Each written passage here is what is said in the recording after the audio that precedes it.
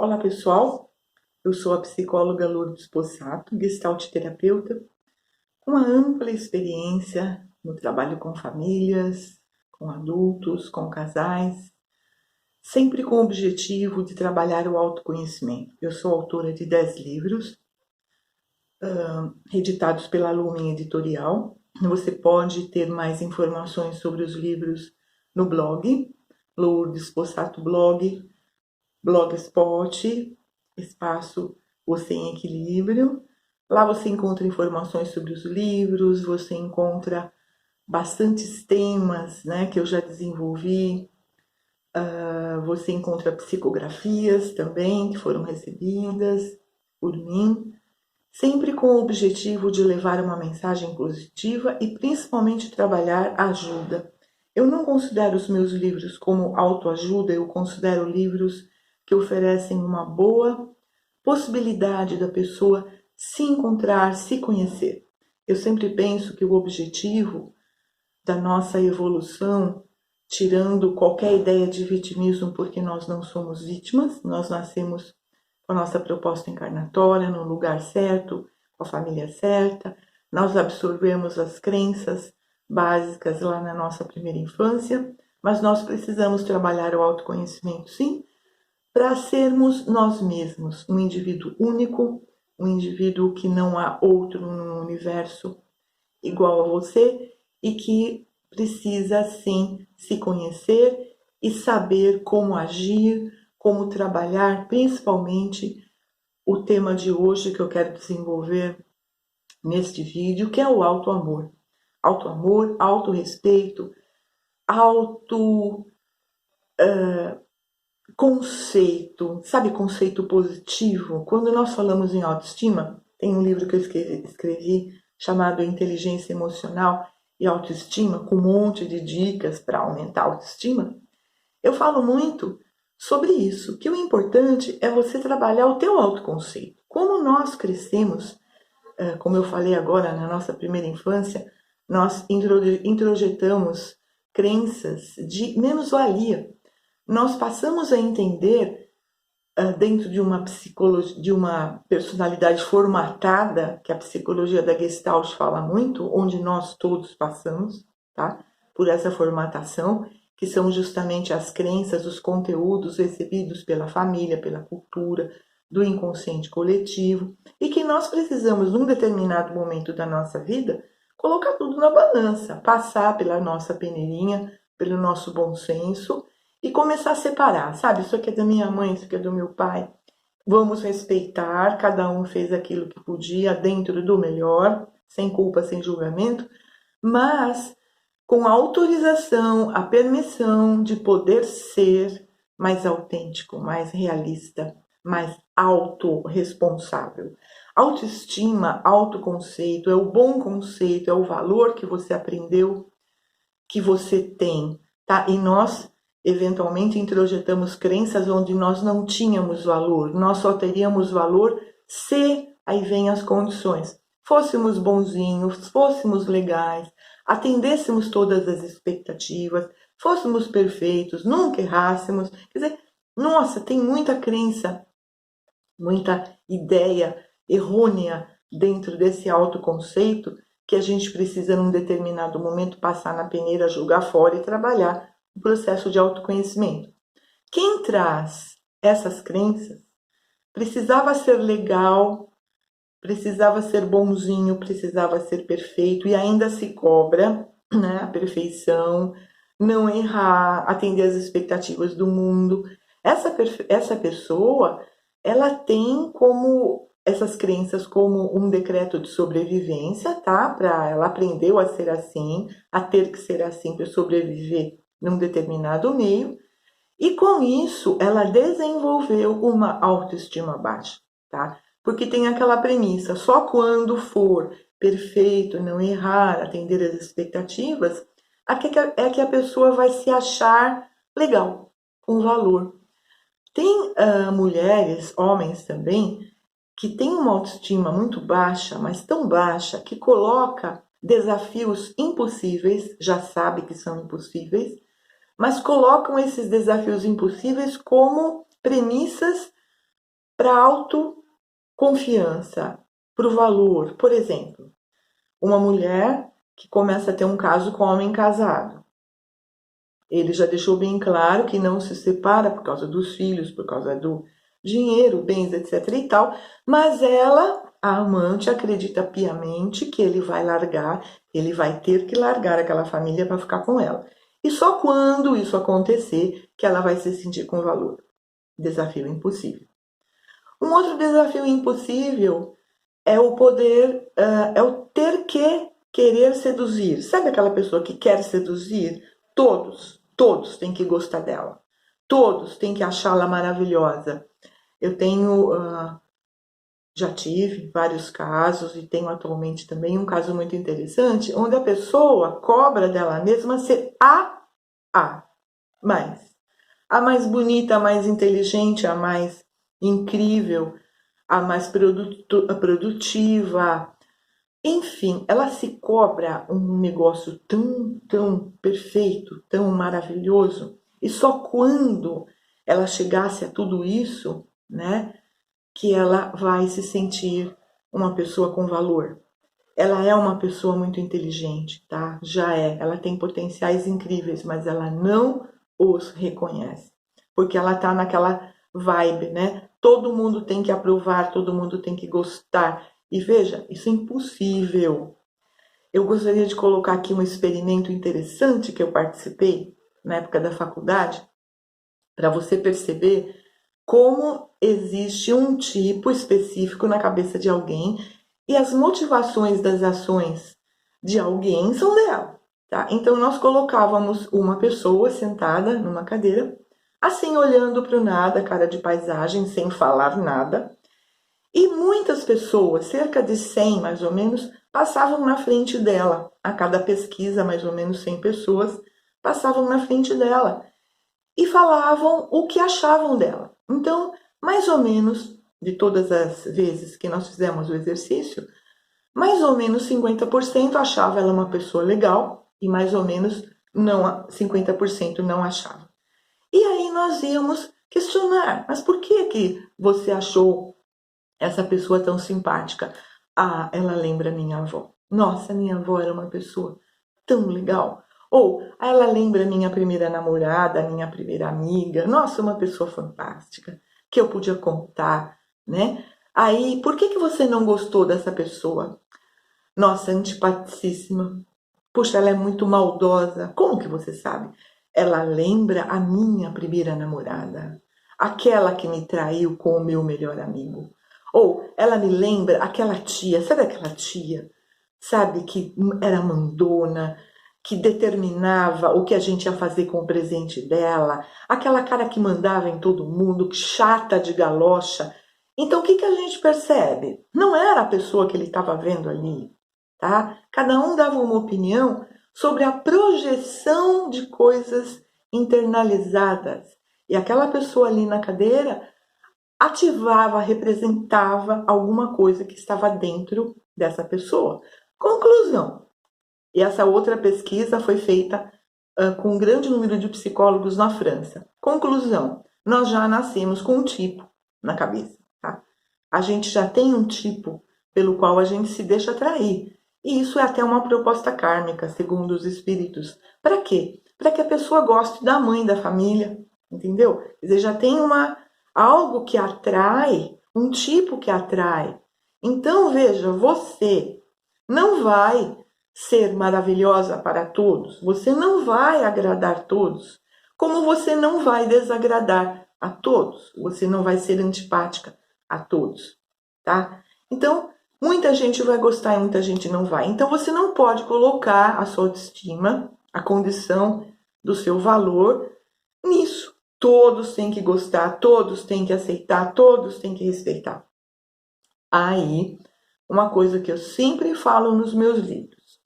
A energia que você emana está relacionada com as atitudes que a gente tem com a gente, tá? Então, a energia que você emana, a vibração que você emana, está relacionada com as atitudes que você tem com você. Então, nesses exemplos que eu acabei de citar, a pessoa que coloca condições para o valor dela, que ela está fazendo com ela mesma? Ela tem atitudes de autodesrespeito. Por quê? Porque ela se cobra, porque ela exige, porque ela se compara, porque ela não está satisfeita com ela, porque ela vê inferioridade nela, ela não vê nada de bom, ela não reconhece, logo ela não valoriza, certo? Todas essas atitudes emanam uma vibração de desrespeito. Então, mesmo que alguém goste dela, a ame, essa pessoa vai ser desrespeitada, porque ela emana uma energia de desrespeito. E aí, em todos os meus livros, eu falo isso. E as pessoas me perguntam, como é que a gente faz para trabalhar a autoestima? Então, veja, gente, basicamente modificando as atitudes que você tem para com você mesmo.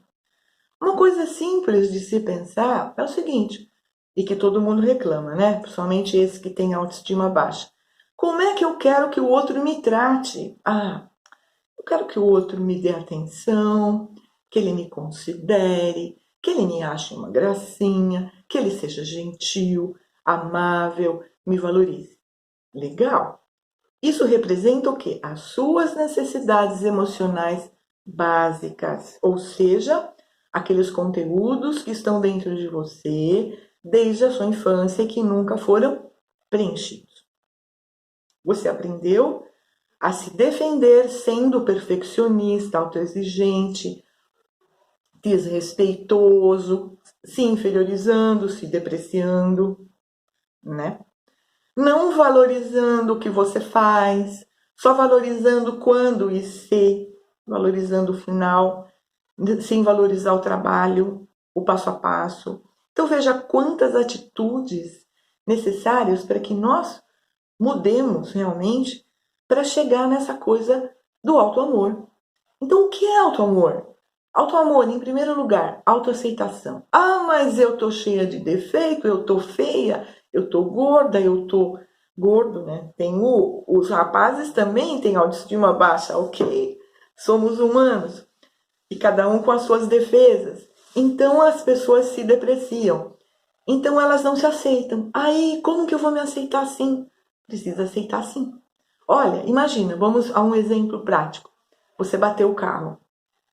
Aí cada vez que você passa para olhar o carro, você tampa os olhos. O que é isso? Negação? Eu não quero ver. Se eu não quero ver, eu não vou arrumar. Só quando eu aceitar que bateu o carro, que tá do jeito que tá, aí eu vou parar para pensar o que eu quero fazer. Vou trocar o carro, vou mandar arrumar o carro, sei lá o que, vou acionar o seguro, não vou. Enfim, só quando eu aceito a situação, eu vou fazer alguma coisa. Então, a aceitação levanta uma ação correta que vai gerar um resultado bom. Eu arrumei, eu fiz alguma coisa. Eu me aceito como sou, eu vou ver o que eu quero arrumar. Posso melhorar? Claro que sim. E aí eu vou ter uma ação e vou ter um resultado bacana, um resultado legal. Então veja, auto-amor, autoaceitação, autorrespeito, atitudes onde você se respeita. Mas eu vou fazer o que eu não quero, desrespeito. Eu vou me obrigar a ser perfeito e não errar, desrespeito. Eu vou ter que ser legal, desrespeito. Eu vou ter que atender todas as expectativas, senão ninguém vai gostar de mim, desrespeito. Então veja, gente, é uma questão de parar para pensar. Então o auto-amor, o auto-respeito, a autovalorização, ela vem dessas atitudes, onde eu, através dessas atitudes, preencho aqueles buracos emocionais que eu trago desde a infância. Ficou claro? Então veja, você pergunta para você como é que eu quero que o outro me trata, faça a mesma coisa. Louise Hay, nos livros dela, dentro da metafísica, sempre falou, você quer atrair uma pessoa que faça o que você quer, faça primeiro. Então, auto-amor não é aquela história de você ficar no espelho e dizer eu me amo, eu me aceito. Não. Eu preciso ficar no espelho e dizer eu me amo, eu me aceito? Sim, mas eu preciso ter atitudes que mostrem que eu me amo e eu me aceito. Atitudes onde eu me valorizo, atitudes onde eu me coloco na prioridade. Veja, colocar na prioridade é responsabilidade, não é egoísmo. O cuidador, teve alguém que me perguntou, colocou como uma sugestão, como é que aquela pessoa que tem um paciente, por exemplo, de Alzheimer, que ela cuida, né? Como que ela faz? Ela tem que se autocuidar também. O cuidador precisa se autocuidar, tá? Ele precisa respeitar o limite. Veja, eu não estou aqui para salvar o outro, eu estou aqui para estar com o outro. Eu vou salvar na medida que dá. Ah, mas a mãe se jogou no mar para salvar o filho. Pode? Pode, sabe? Naquele momento ela teve uma atitude de amor, realmente. E veja, não está no mérito da questão isso. Eu estou falando no sentido de autocobrança. Então, quando você tem uma atitude espontânea, tá? Eu vou fazer, eu fiz algo, nossa, é impensado, me joguei no mar, nem sei nadar, mas fui salvar alguém e consegui. Puxa, que legal. Essa atitude espontânea, ela vem da alma. Isso pode? Pode. O que não pode? Uma atitude programada pelo seu ego, pela sua defesa. Eu tenho que ser legal para todo mundo gostar de mim. Furo, né? Porque tem gente que não vai gostar, mesmo sendo muito legal. Eu tenho que ser perfeito, não posso errar. Ora, outra atitude besta, porque veja, errar faz parte da história. Como que eu vou aprender se eu não erro? Tá? Faz parte, é tentativa e erro. Faz parte do crescimento, eu preciso errar, faz parte. O erro só é condenável quando ele é proposital. Quando eu faço de propósito, quando eu faço, eu já sei que é maldade, mas eu faço. Esse é um erro, tá? É um erro que vai trazer consequências dentro das leis da ação e da reação. Você já sabe. Então aí nós entramos com um ditado legal da metafísica. A natureza protege a ignorância, mas não protege a consciência. Então, as atitudes espontâneas, elas são perdoadas. Lógico que sim. As atitudes programadas de má fé, não. São erros. São erros sim, porque a pessoa já sabe, tá? E nós, na maioria das vezes, não erramos de propósito, não erramos por má fé. Ninguém bate o carro porque quis, sabe? Ah, mas foi desatenção. Ah, foi, tá, tudo bem. Vou aprender com essa história, mas eu não vou me massacrar. Então, aquela atitude de ficar criticando e cobrando, porque se eu tivesse feito, porque se eu não tivesse feito, se eu tivesse prestado atenção, se eu tivesse saído mais cedo, se eu não tivesse, se eu tivesse. Gente, isso é delírio. É como se a pessoa pegasse o chicotinho e ficasse lá se autotorturando o dia inteiro. Essa é uma atitude de auto-amor? Não. Essa é uma atitude de autorrespeito? Não. Então, você quer trabalhar auto-amor, autorrespeito, autovalorização? Presta atenção nas suas atitudes. Então, aqui vai aquele conselho que eu sempre dou, que são as 3 perguntinhas de praxe, onde, em primeiro lugar, você pergunta: como eu me sinto com isso? Precisa saber. Como eu me sinto com isso? Para quê? Para conectar com o meu ser. Eu preciso saber se eu me sinto bem, se eu me sinto mal. Aí vem a segunda e a terceira pergunta. O que eu posso e o que eu quero fazer? Dentro do bom senso. O bom senso é o sentir bem, é a busca do bem. Então tem coisas que eu posso, mas não quero. Tem coisas que eu quero, mas não posso. Tá? De repente você fala, mas eu gostaria tanto de fazer a outra pessoa feliz. Então não dá. Ela tem que, se ela não deixar, você não vai fazer ela feliz nunca. Eu gostaria de contar um caso muito interessante de uma cliente, né, de alguns anos atrás. Uma cliente, sabe, ela tinha um consultório, era uma pessoa bastante íntegra no trabalho dela. E ela gostou muito de um sujeito, enfim, ela praticamente o seduziu. Ela conduziu toda a ação. Ela perguntou se ele queria casar, ele disse: eu quero nas minhas condições. Então ele colocou as condições dele: o apartamento, a decoração, a data, roupa, tudo. E ela fez, ela bancou tudo para ele, para eles. Ok, aí todas as cobranças que ele fazia para ela aceitava, sabe? Submissão total, aquela história do agradar 100% na cabeça dela. Então, agradou, foi agradando e fez tudo, ao ponto de tudo que ela recebia dentro do trabalho dela, ela entregar nas mãos do sujeito e ele controlava a vida financeira dela, o que nós vamos comprar, pagar, etc. e tal. Até que 6 anos depois de casados, ela descobre que ele tem 2 amantes, né? Ela ficou muito brava, foi aí que ela veio para terapia, tá? E aí a pergunta básica era: como assim? Ao longo desse tempo eu fiz tudo que essa pessoa queria. Eu agradei 100%, eu fiz tudo, eu me coloquei na mão dela e ela faz uma coisa dessa comigo? Revolta total. Aí ela acreditou que pudesse consertar esse casamento caso ele percebesse, né, algumas coisas. Então eu perguntei: se ele concordar, você o traz numa sessão? E ele veio. E aí ela falou isso para ele. Mas como assim? Durante todo esse tempo eu me devotei a você. Eu me coloquei nas suas mãos, eu me entreguei de corpo e alma. Ele falou assim: você falhou. Ela olhou para ele e falou: falhou? Como assim? Falhei em quê? Você não adivinhava os meus pensamentos. Olha que coisa impressionante. Ela não adivinhava os pensamentos dele. E ele usou isso como chantagem, porque ele também achava, mimado que era essa figura, tá? Muito insegura também, tá? Mas é um quadro dentro do narcisismo, e ele era um narcisista. Ele queria que ela adivinhasse os pensamentos. Isso era uma tremenda falha da parte dela. Quando ela ouviu isso, aí as fichas caíram, né? E ela foi acordando, ela resolveu realmente se separar, que bom, e resolveu cuidar dela, né? Cuidou-se, fez uma terapia legal, trabalhamos muito, autoestima, todas as crenças, ela era filha única, sabe, trazendo crenças muito pesadas, perfeccionistas, autoexigentes, controladoras ao máximo, né? E ao mesmo tempo submissa, olha que interessante.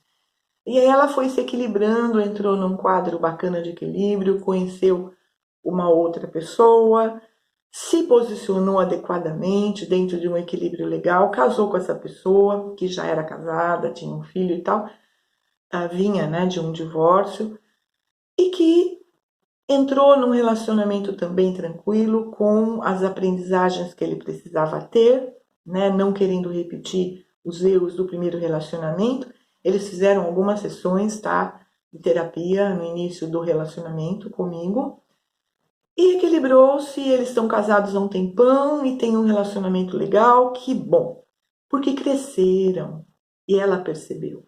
Tá? Então tá aí uma história interessante do inverso, né? De alguém que não tinha um menor autoamor, o menor autorrespeito, não se valorizava, mas muito capaz, muito inteligente, mas não usava os potenciais consigo mesma. Olha que interessante, né? Teve que aprender a usar, teve altos prejuízos na vida, né? Altos sofrimentos. Então, olha como a gente sofre, cria realmente altos sofrimentos por conta da forma como a gente aprendeu a lidar com a vida e conosco. Você pode ler Porque Sofremos Tanto, que fala bastante dessas dores afetivas. Você pode ler O Equilíbrio Emocional, Como Sentir, Pensar e Agir, né? Dentro de um equilíbrio, de uma ação coerente. Esse livro, Equilíbrio Emocional, ele trabalha bastante a responsabilidade, né? O conceito de responsabilidade. E você pode também ler o Relacionamentos Positivos, que fala bastante sobre as guerras de poder, enfim, as neuroses, né, do relacionamento, para que a gente possa tentar realmente um equilíbrio. Veja, não é assim: eu vou entrar no relacionamento e tem que dar certo. Não. Nós aprendemos muito nos relacionamentos. Na realidade, nós evoluímos a partir dos relacionamentos. Mas é aí que a gente aprende também a lidar conosco. Então, veja, o mundo te trata como você se trata. Você quer que o outro te ame, te considere e respeite? Faça isso primeiro. Então, eu espero que você tenha gostado do assunto. Se ficou alguma dúvida, por favor, mande uma mensagem. Vou ter um enorme prazer em continuar, em responder. Se você tiver alguma dúvida, algum outro tema que você queira sugerir, também coloque aí se você gostou e curta a gente em outros vídeos. Muito obrigada, namastê, fica com Deus.